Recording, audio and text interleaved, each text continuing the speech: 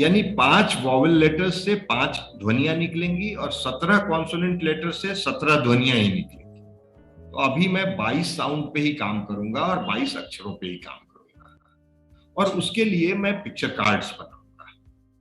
Picture card बनाने का मतलब यह है कि एक एक कोई कार्ड मैं हार्ड पेपर से काट लूंगा और उसके एक तरफ कैपिटल लेटर में BAG लिख दूंगा और पीछे बैग का चित्र या तो बना दूंगा या चिपका दूंगा। अगर बने बनाए कहीं मिल जाते हैं तो उसमें भी कोई परेशानी नहीं है।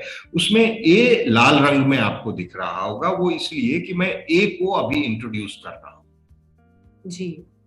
मेरा ध्यान अभी वॉवेल्स को इंट्रोड्यूस करने पे है और ए पहला वॉवेल है तो मैं इसको इंट्रोड्यूस कर रहा हूं। और इससे ध्यान दें, ध्वनि जो आ रही है वो है बैग की। अब मैं बच्चों को पहले तो चित्र दिखाऊंगा। बच्चे बैग को पहचानते हैं तो बोलेंगे बैग।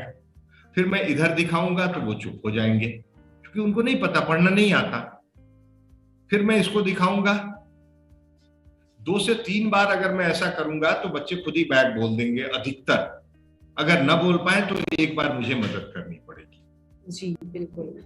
और इसी तरह से मैं कई और शब्द बनाऊंगा ए वाले, जैसे ये मैट देख लें, इसको भी वैसे ही इंट्रोड्यूस करूंगा। जी जी।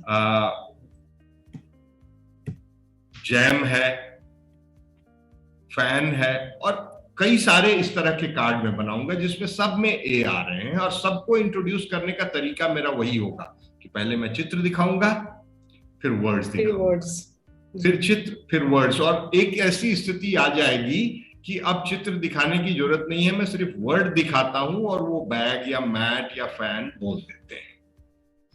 फिर मैं क्या करूंगा कि एक बड़ा सा कार्ड रखूंगा जिसपे ये चारों आएंगे। चित्र नहीं आएंगे।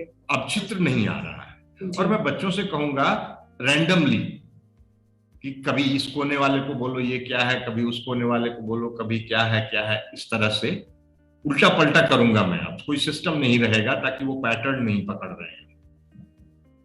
और इसके साथ साथ मैं उनसे थोड़ी बात करूंगा कि भाई देखो, इसमें ये जो लाल रंग में है सारे में एक ही दिखाई दे रहे हैं, ये ऐसा है। और ये फिर बीच में ए बना हुआ है, आपको दिख रहा है। और फिर मैं बोल के रिपीट करके उनको बताऊंगा, देखो ये इसमें से ध्वनि निकल रही है, बैग, मैट, फैन, ये सब में ए जैसा जो आ रहा है ना, वो यही है ए।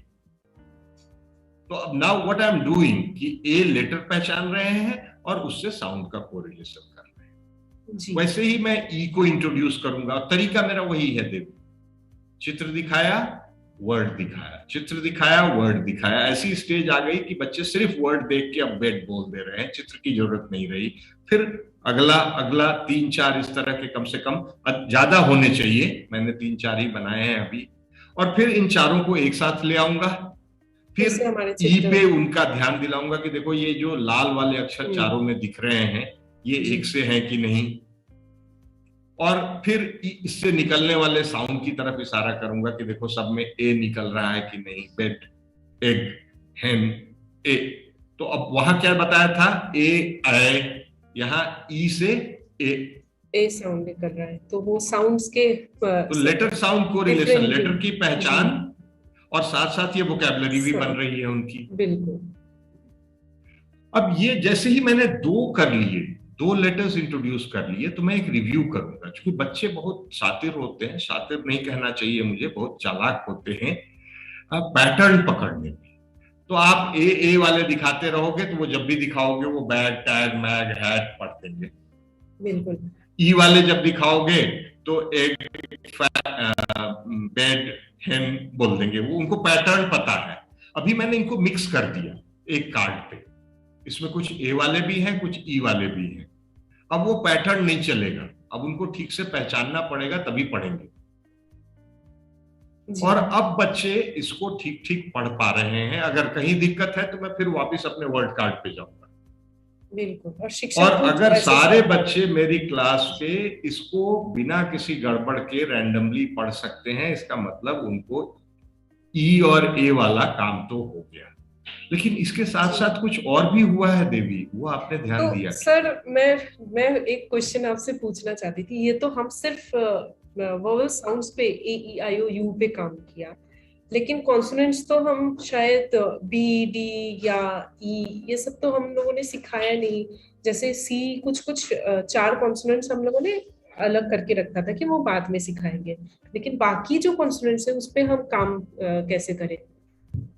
तो आप ध्यान दें देवी कि इस दो वॉवेल को करने में हम कॉन्सोनेंट पे काम नहीं कर रहे थे, हम तो जी ए और ई पे काम कर रहे थे। लेकिन इस प्रोसेस में आपने 12 या 13 कॉन्सोनेंट ऑलरेडी इस्तेमाल कर दिए हैं।